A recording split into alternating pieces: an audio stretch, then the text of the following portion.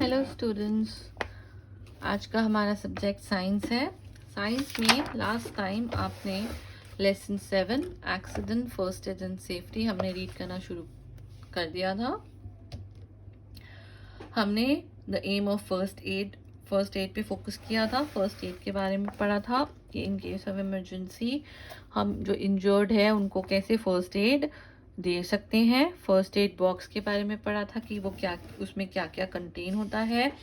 फिर अलग अलग कॉमन इमरजेंसीज के बारे में पढ़ा था कि अलग अलग जो इंजरीज हैं उसमें हमें क्या करना चाहिए। हमें cuts and wounds, fractures, nose bleeding, Burns, ये सब पढ़ा था। बर्न्स तक हमने कंप्लीट किया था। स्प्रेन से हमने स्टार्ट करना है। आज लेंथी चैप्टर है इसलिए हमने पार्ट्स में उसको पढ़ना था। स्प्रेन से हम स्टार्ट करेंगे।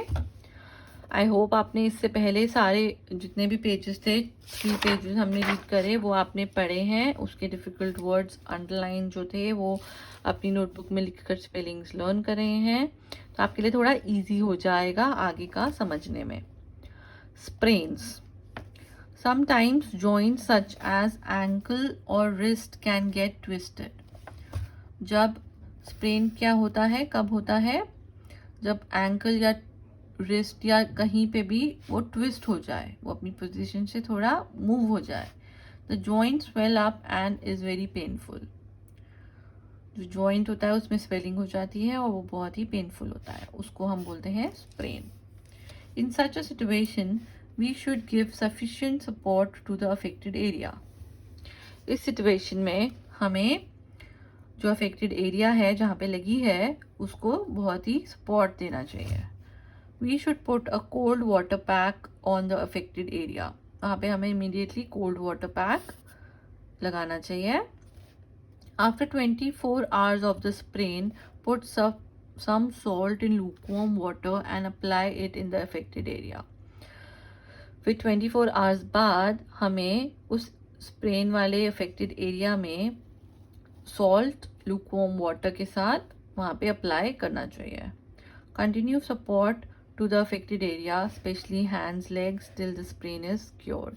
जब तक क्योर ना हो वो स्प्रेन, हमें उसको केयर उसकी करनी चाहिए। Poisoning. There are a lot of things in the household which may be poisonous. कुछ चीज़ें हैं हमारे घर में जो बहुत ही poisonous हो सकती हैं। If consumed by us, little children often swallow some of the such things due to ignorance. अब जो छोटे बच्चे हैं उनको तो नहीं पता ना कि हम क्या ले रहे हैं, तो अगर इग्नोरेंस हो, उन बच्चों पे ध्यान ना दिया जाए तो वो कुछ भी अपने माउथ में swallow कर सकते हैं। In such a situation try to induce the victim to vomit. इस सिचुएशन में अगर किसी ने भी बाय मिस्टेक वो चीज़ अपने अंदर swallow कर ली है तो हमें हमेशा वो जो जिन्होंने करी है उनको फटाफट वॉमिट के लिए वॉमिट करवानी चाहिए। Inserting finger deep in the throat of the victim can make it. Vomit कैसे होगी? अगर हम फिंगर इंसर्ट करेंगे उनके डीप थ्रोट में डीपली, तो वो वॉमिट उससे हो सकती है। Then take the victim to the doctor at once और call the doctor whichever happens earlier. फिर वो उससे वॉमिट होगी तो उनको थोड़ा जो उनके अंदर पॉइजन गया है वो थोड़ा बाहर आ सकता है, बट इमीडिएटली हमें उनको डॉक्टर के पास लेके जाना चाहिए। Animal bite. अब एनिमल बाइट से क्या होता है और हमें क्या करना चाहिए? Sometimes animals like dogs, rat, cats and monkeys bite us. In such cases, victim of such animals bite may differ from rabies and viral diseases. अब कुछ एनिमल्स होते हैं, कभी कभी ये सारे एनिमल्स हमें बाइट भी कर सकते हैं। उस केसेस में हम या तो रेबीज से हमें हो सकता है या तो कोई भी वायरल डिजीज हो सकती है। As a result of this disease the victim may go even mad, so it is essential to take immediate step to prevent this disease from happening. इस केस में हमें इमीडिएट स्टेप लेना चाहिए, उनको veterinary doctor के पास लेके जाना चाहिए। और अगर हम इमीडिएटली उनको डॉक्टर के पास नहीं लेके जा पा रहे तो हमें ये सब करना चाहिए जो अभी हम पढ़ेंगे। Wash the wound with soap and water in order to destroy germ that may present there. हमें फटाफट उसको सोप एंड वाटर से उस एरिया को वॉश करना चाहिए, जिससे कि जितने भी जर्म्स हैं वहाँ पे वो चले जाएं। Apply an antiseptic lotion to prevent further infection. उसके बाद हमें एंटीसेप्टिक लोशन लगाना है। Close the wound with a sterilised gauze. फिर उसको गॉज से मीन्स पट्टी से, जो बैंडेज होती है उससे बांध के एंटीसेप्टिक लोशन लगा के उसको क्लोज कर देना चाहिए उस वूंड को। Take the victim to doctor, inject the victim to prevent rabies. फिर उसके बाद जब अगर कोई भी एनिमल बाइट हो जाती है तो उसके बाद इंजेक्शंस भी लगते हैं, तो हमें इमीडिएटली उस विक्टिम को डॉक्टर के पास ले जाके इंजेक्शंस लगवाने चाहिए। स्नेक बाइट, एनिमल बाइट हमने पढ़ा, डॉग्स, रैट्स, कैट्स और जितने भी एनिमल्स हैं। अब स्नेक बाइट भी स्पेसिफिकली यहाँ पे मेंशन किया है। स्नेक बाइट बहुत ही डेंजरस होता है। In case of snake bite, it is not possible to find out whether the snake was poisonous or not. Snake bites need immediate first aid because the poison of the snake moves very fast through the blood and affects the heart and brain, causing death. अब जो snake की biting होती है वो बहुत ही dangerous होती है। अगर जो स्नेक पॉइजनस हुआ तो वो पॉइजन बहुत ही जल्दी हमारी बॉडी में फैलता है, जो कि हमारे ब्रेन और हार्ट तक पहुंच सकता है और इवन डेथ भी कॉज उसकी वजह से हो सकती है। तो हमें बहुत ही केयरफुल रहना चाहिए। और अगर ऐसी सिचुएशन कभी आ गई तो हमें क्या करना चाहिए? In such a situation, keep the bitten part of the body in the lower position. जहाँ पे बाइट करा है स्नेक ने वो पार्ट हमें लोअर पोजीशन में रखना चाहिए। टाई अ क्लॉथ और a bandage tightly just above the bite to slow down the blood flow towards the heart. हमें टाइटली क्लॉथ या बैंडेज बांधनी चाहिए जहाँ पे बाइट किया है उसके ठीक ऊपर, जिससे कि जो ब्लड फ्लो है, जो ब्लड अगर इन्फेक्शियस, अगर पॉइजनस ब्लड होगा वो वहाँ अंदर चला गया तो वो ब्लड फ्लो ना हो हार्ट तक या ब्रेन तक, तो हमें उसको टाइटली बांधना चाहिए जिससे कि ब्लड सर्कुलेशन रुक जाए। Rush the victim to the doctor as fast as possible. Immediately हमें डॉक्टर के पास उसको लेके जाना है। This can save the life of the person. इस वजह से लाइफ बच सकती है पर्सन की। ड्रोनिंग मतलब डूबना। अगर कोई पर्सन डूब जाए, if a person is drowning immediately get him out. हमें फटाफट उसको बाहर निकालना है। The victim should be made to lie upside down and then push your hand on his back to expel excess water from his stomach body. अगर कोई डूब रहा हो हमें इमीडिएटली उनको हेल्प करनी चाहिए बाहर निकालने में, और उनको अपसाइड डाउन उल्टा लेटाना चाहिए और उनकी बैक में रब करना चाहिए, जिससे कि उनका जो एक्सेस वाटर है जो उनके अंदर चला गया है उसको बाहर निकालने के लिए। और अगर वो फेंट हो जाते हैं, अगर वो बेहोश हो जाते हैं, give him artificial respiration by blowing air from your mouth into the victim's mouth. Less oxygen की वजह से अगर वो फेंट हो जाते हैं तो हमें आर्टिफिशियल रेस्पिरेशन देना चाहिए। वो कैसे होगा? हमें अपने मुंह से, अपने माउथ से ब्लो एयर करनी चाहिए उनके माउथ में। Heart attack. Most heart attack begin with N intense pen across the chest. जब चेस्ट में बहुत ही ज़्यादा पेन हो, इंटेंस पेन हो जो बर्दाश्त ना किया जा सके, उस वजह से हार्ट अटैक होता है। Give the patient Sorbitrate tablet to be kept below his tongue and immediately rush him to the hospital. जिस पेशेंट को आपको लगे, जिस पर्सन को आपको लगे कि हार्ट अटैक हो रहा है, उनके चेस्ट में बहुत ही पेन हो रहा है, तो इट मीन्स उनको हार्ट अटैक के चांस है। उनको फटाफट सॉर्बिटेट, एक टैबलेट आती है, केमिस्ट में कहीं भी मिल जाएगी, अवेलेबल है।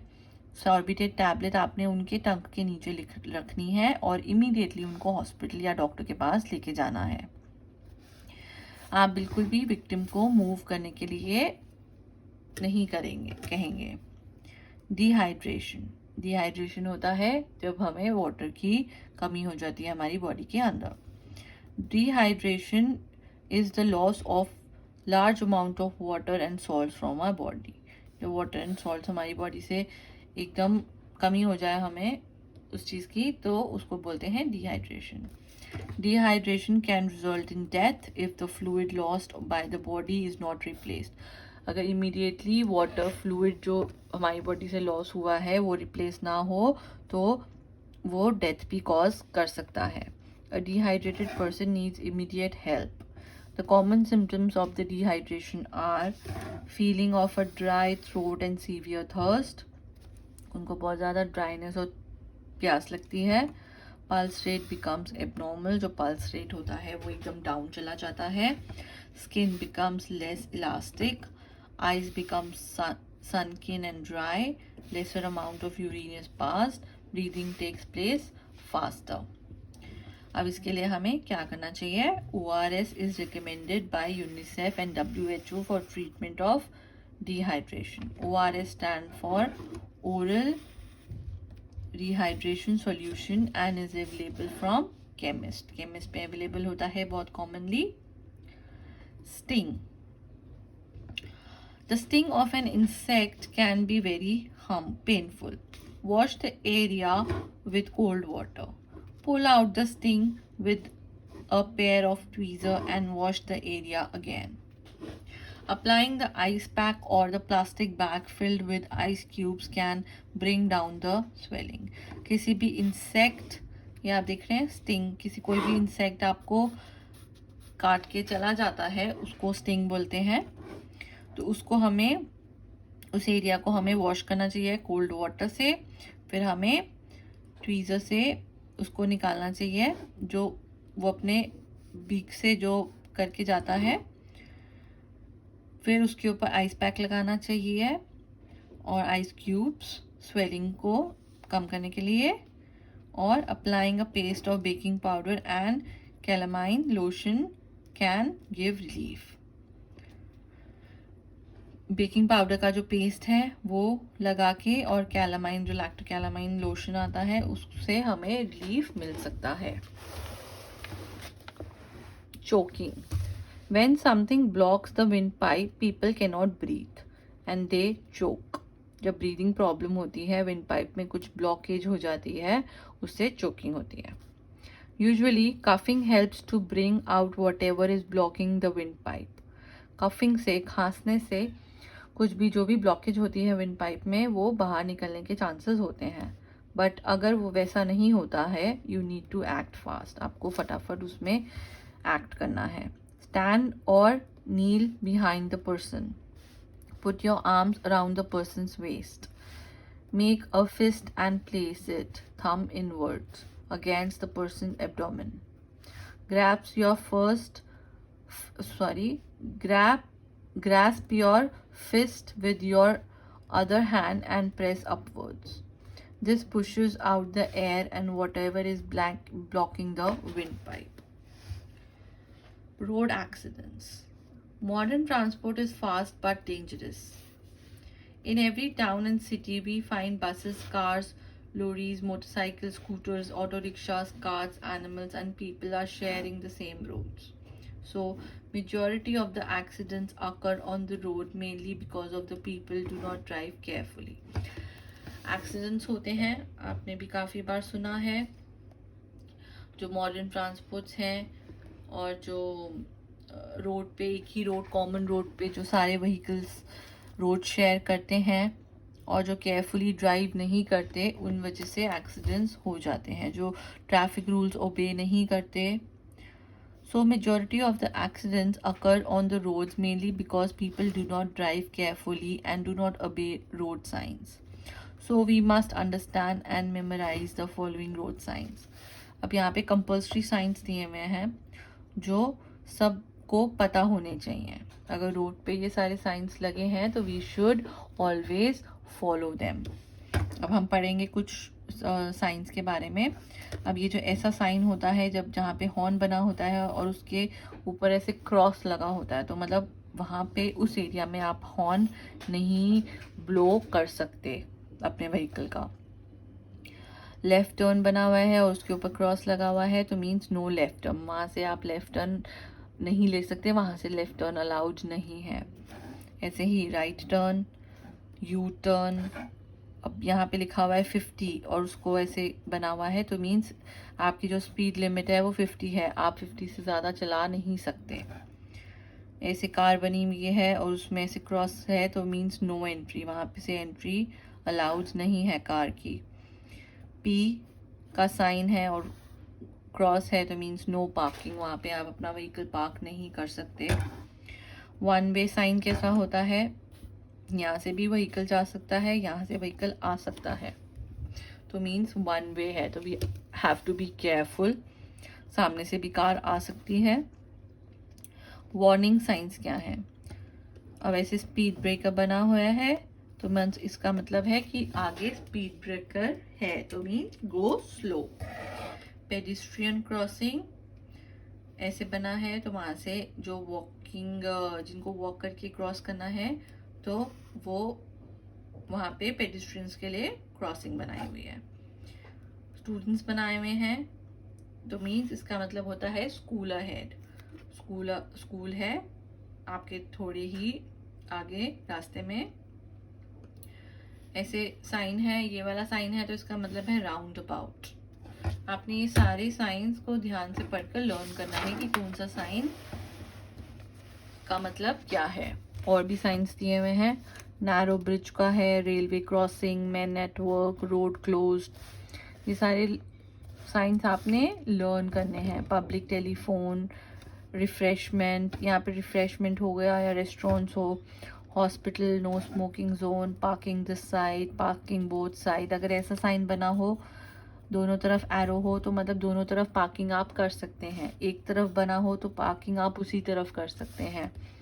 No horn, bus stand ahead, बस बनी हो तो बस स्टैंड अहेड।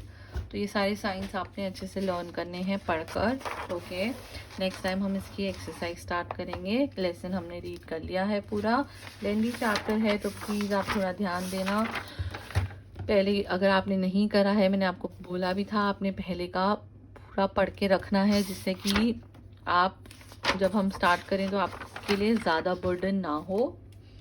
आपने पूरा चैप्टर रीड करके उसके डिफ़िकल्ट वर्ड्स अपनी नोटबुक में लिखने हैं, स्पेलिंग्स लर्न करने हैं।